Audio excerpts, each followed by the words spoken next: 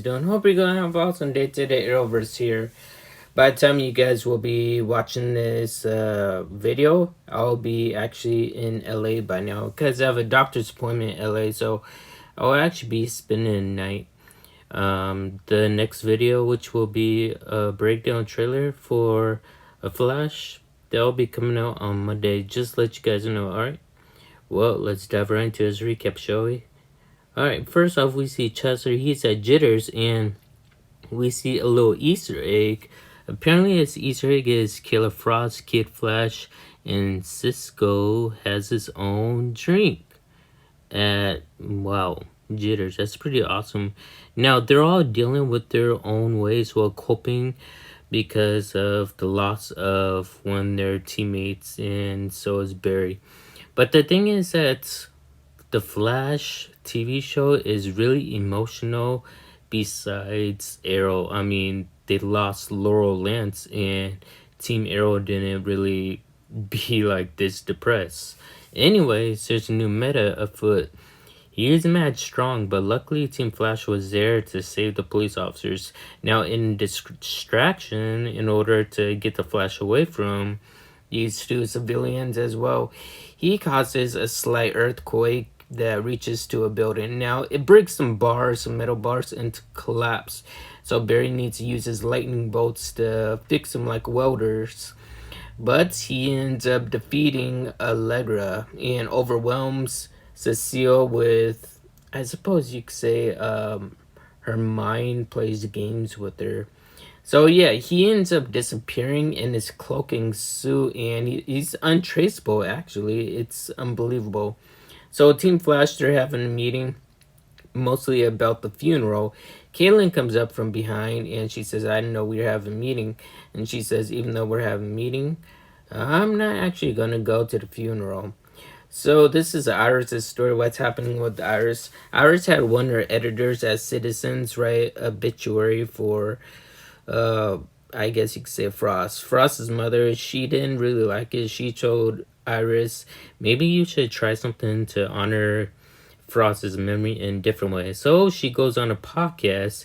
She interviews a few people. Then she interviews a judge. This judge was the one who accused of Frost back in the day, and now she resigned from her job and says that she helps metas in, well, Star City. Does that mean there will be Arrow Season 9?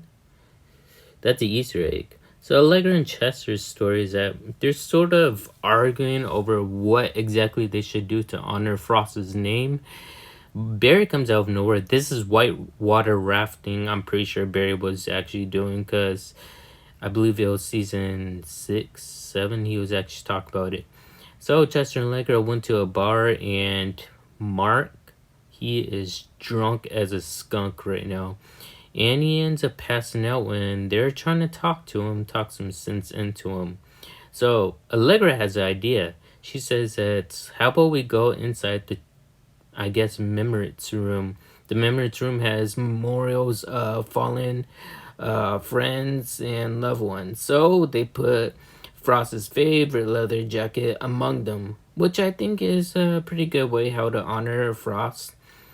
Now, as for Barry's story, Barry has a bucket list. Now, Barry's bucket list contains every single thing Frost wanted to do.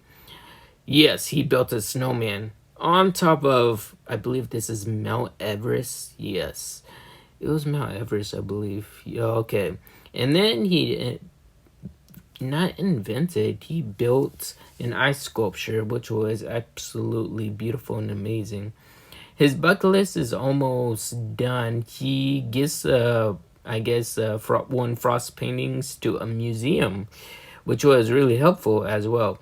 And then Barry goes to CCPD and wins a hot dog eating competition. I know.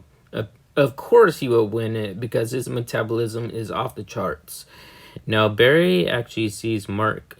Mark is up, and, well, Barry has to give him some aspirin because he has a hangover.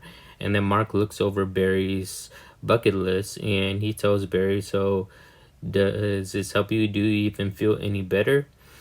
He talks to Barry about this, and Barry says, I don't know, I thought completing this bucket list would give me some kind of closure, but I don't think it will. But I'm thinking about maybe something else would actually help me get closure for it in honor of Frost's name. So we're in Caitlin's story, and Caitlin is actually at her house packing up anything that belongs to Frost, and she's going to hide it, put it in the closet.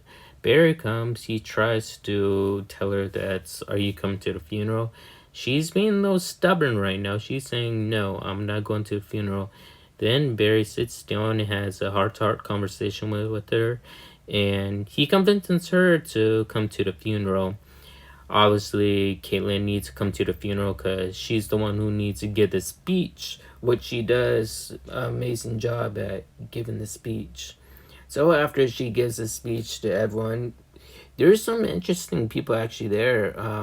That was for Frost at the funeral. Then Team Flash gathered up among each other, and this is where the grieving ends at.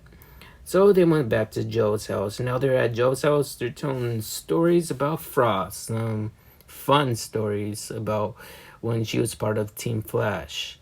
Kaylin, on the other hand, has some diabolical plans up her sleeves.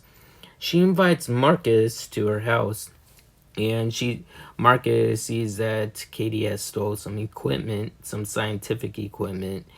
She introduced him to her house, and she turns her house into a laboratory. Yes. And Mark says, okay, why am I actually here? And Katie says, you're going to help me bring my sister back from the dead. Like, seriously? At the funeral, she literally cut a piece of Frost's hair. I'm like, this is weird and insane.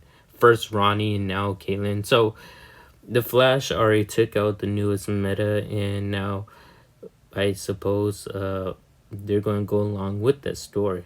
But then, well, you know, she disappears again. Yes, we don't know where Iris is at. Iris still has a tracker inside her, but Dion is still MIA. Yeah, hope you guys enjoyed this video. If you guys are new, subscribe to the channel as always, and yes, I'll see you all in the next video.